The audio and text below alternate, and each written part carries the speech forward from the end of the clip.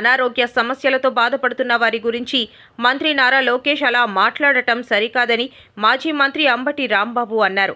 Red book చూసి ఒకరు కింద పడ్డారని, మరొకరికి గుండెపోటు వచ్చిందని నారా లోకేష్ చేసిన వ్యాఖ్యలపై అంబటి రాంబాబు స్పందించారు. తన స్థాయికి మించి అంటం కంటే కళ్ళు నెత్తికెక్కి అధికార బలం నిజంగా బలం అనుకొని, వాపును బలం అనుకొని, ఒళ్ళు బలిసి ఇష్టం వచ్చినట్టుగా మాట్లాడేటటువంటి ప్రయత్నం చేస్తున్నాడు. అయ్యా నారా చంద్రబాబు నాయుడు గారి కుమారులు లోకేష్ గారు, వాట్ ఈజ్ యువర్ స్థాయి? మీ స్థాయి ఏంటో ఒకసారి తెలుసుకోండి. మీరు అడ్డదారిలో కౌన్సిల్కి వచ్చారు, మంత్రి అయ్యారు, పంచాయతీరాజ్ శాఖను డీల్ చేశారు.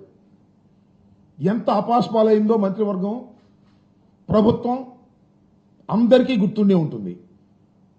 ఆ మంత్రిగా ఉన్నప్పుడే మంగళగిరిలో పోటీ చేశారు, ఘోరంగా ఓడిపోయారు. ఘోరంగా ఓడిపోవటమే కాదు, అసలు తెలుగుదేశం అంత భయంకరంగా ఓడిపోవడానికి నారా లోకేష్ గారు కూడా ఒక కారకులు అనేటువంటి మంచి పేరు తెచ్చుకున్నారు. మళ్ళా తర్వాత మొన్న అప్పుడు 23 మంది గెలిస్తే మీరు ఓడిపోయారు. మొన్న మళ్ళా మంగళగిరిలో నిలబడ్డారు, మంచి మెజార్టీతో గెలిచారు. 164 సీట్లు కూటమికి వస్తే మీరు గెలిచారు, 23 సీట్లు తెలుగుదేశంకి వస్తే మీరు ఓడిపోయారు. దాన్ని బట్టి ఒకసారి యూ క్యాలిక్యులేట్, నీ స్థాయి ఏమిటో ఒకసారి క్యాలిక్యులేట్ చేసుకోమని మనవి చేస్తున్నా. మీరు జగన్మోహన్ రెడ్డి గారి గురించి మాట్లాడతారు. జగన్మోహన్ రెడ్డి గారి గురించి మాట్లాడటమే కాదు, ఇష్టం వచ్చినట్టుగా అన్ని పచ్చి అబద్ధాలు. నీ నాన్నకు మించిన వాడు అయిపోయావు ఆయన నువ్వు అబద్ధాలు చెప్పడంలో, నాకు అర్థం కాల. ఈ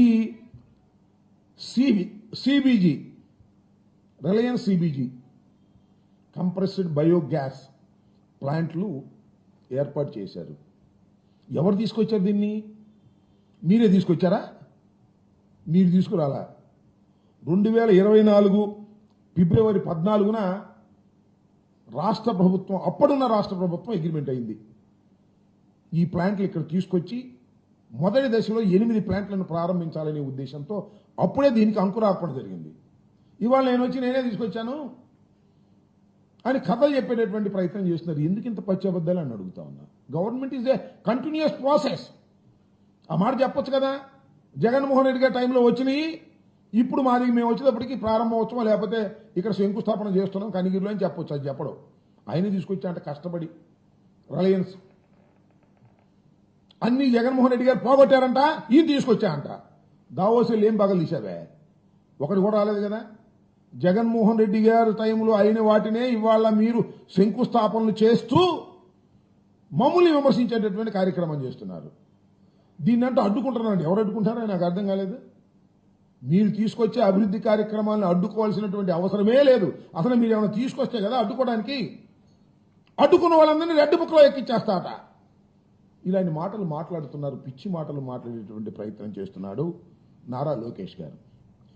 ఏంటంటే ఆయన మాట్లాడే మాటలు చాలా దురదృష్టం. 2 సార్లు నిలబడితే ఒకసారి గెలిచాడు. What is your success rate అని అడుగుతా ఉన్నా. లోకేష్ బాబు, నీ సక్సెస్ రేట్ ఏంటి ఆయన? 2 సార్లు నిలబడితే ఒకసారి గెలిచావు. నువ్వు ఎవరి గురించి మాట్లాడుతున్నావు? వైఎస్ జగన్మోహన్ రెడ్డి గురించి మాట్లాడుతున్నావు. ఓటమి ఎరుగని వీరుడుగా ఉన్నటువంటి జగన్మోహన్ రెడ్డి గురించి మాట్లాడుతున్నావు. తండ్రి చనిపోయిన తర్వాత పార్టీ పెట్టి పార్టీని సక్సెస్ఫుల్ గా నడిపించుకొని అధికారంలోకి వచ్చినటువంటి జగన్మోహన్ రెడ్డి గారి గురించి మాట్లాడుతున్నావు. జగన్మోహన్ రెడ్డి గారి గురించి మాట్లాడుతూ ఒక మాట అన్నాయండి, విజనరీకి ప్రిజనరీకి చాలా తేడా ఉంటుందండి. అట్టంటే పర్లా, విజనరీకి ప్రిజనరీకి చాలా తేడా ఉంటుందిరా భాయ్, చాలా తేడా ఉంటుందిరా భాయ్ అంటున్నాడు. అంటే డైలాగ్ చూడండి ఎంత అహంతో కూడుకున్నటువంటి డైలాగో. విజనరీ అంటే ఎవరో తెలుసా? వాళ్ళ నానంట.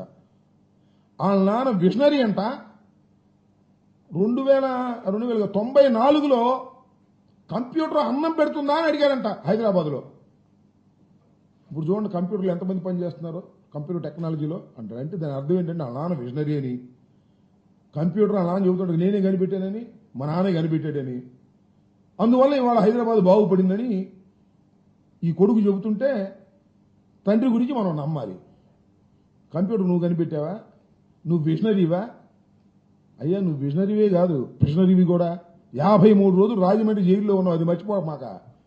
జగన్మోహన్ రెడ్డి గారిని ప్రిజనరీ అని, మీ నాన్న విజనరీ అని మాట్లాడుతున్నావు. మీ నాన్న పూడుకోవటం, జగన్మోహన్ రెడ్డి గారిని దూషించేటటువంటి కార్యక్రమం చేయటం చూస్తుంటే కోతి కొబ్బరికాయ దొరికినట్టుంది, అంతకు మించి ఏమీ లేదు.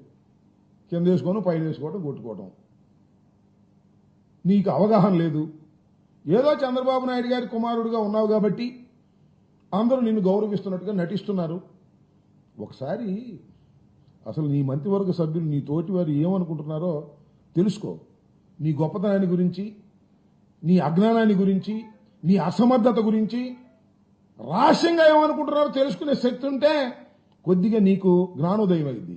ఏదో నీ ముందుకు వచ్చినప్పుడు నమస్కారాలు పెడతారు, శభాష్ అంటారు. ఎందుకంటే మీ నాన్నగారు నువ్వు చెబితే తప్ప సంతకం పెట్టటల్లా, నువ్వు చెబితే తప్ప మంత్రి ఎవరికి ఇవ్వటల్లా, నువ్వు చెబితే తప్ప ఎవరికి పదవి ఇవ్వటల్లా.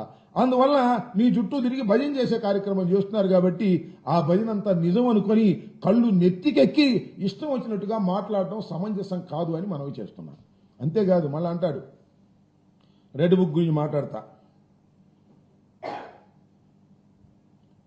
వాడు గుండెపోటు వచ్చిందంట, ఒకడేమో బాత్రూంలో పడి చెయ్యరు కొట్టుకున్నాడంట. ఇదే సేమ్ డైలాగ్. ఒకడు చెయ్యరు కొట్టుకున్నాడు, ఒకడేమో గుండెపోటు వచ్చిందని. వాళ్ళు ఆపదలో ఉన్నారు. ఒకరు బాత్రూంలో పడి చెయ్యి ఇరిగిపోయింది అనుకోండి, ఒక ఆయనకేమో నిజంగానే గుండెపోటు వచ్చింది, ఆపరేషన్ కూడా చేయించారు. ఈ రెడ్ బుక్ చూసి వచ్చిందంట. ఇవాళ రాష్ట్రంలో ఉండి కింద పడి పడిపోయిన వాళ్ళు లేదా గుండెపోటు వచ్చిన వాళ్ళు నీ రెడ్ బుక్ చూసి వచ్చినట్ట నాకు అర్థం కాలేదు. నాకు అర్థం కాక అడుగుతా ఉన్నా, ఏం మాటలు ఇవి? దాన్నే ఒళ్ళు బలిసిన మాటలు అంటున్నా నేను. ఇక్కడ ఒళ్ళు బలిసి మాట్లాడుతున్నారు మీరు. నారా లోకేష్ గారు కాస్త తగ్గించుకోండి. ఇది సరైనటువంటి విధానం కాదు. ఒక మానవీయ కోణం లేకోకుండా మీరు మాట్లాడుతున్నారు. ఆసుపత్రిలో ఉండి గుండెపోటు వచ్చి ఎవరికైనా వస్తుంది, రేపు నీకు వస్తుంది, ఎల్లుండి నాకు వస్తుంది. ఎవరు చెబుతాడు గుండెపోటు? దానికి నువ్వు బ్రహ్మాండంగా దాన్ని కూడా ఒక అమానవీయ కోణంలో మాట్లాడేటటువంటి ప్రయత్నం చేస్తున్నావంటే నీకు ఎంతగా కళ్ళు నెత్తికెచ్చాయో నాకు అర్థం కావడంలా. అధికారం శాశ్వతం కాదు. నేను 89లో శాసనసభ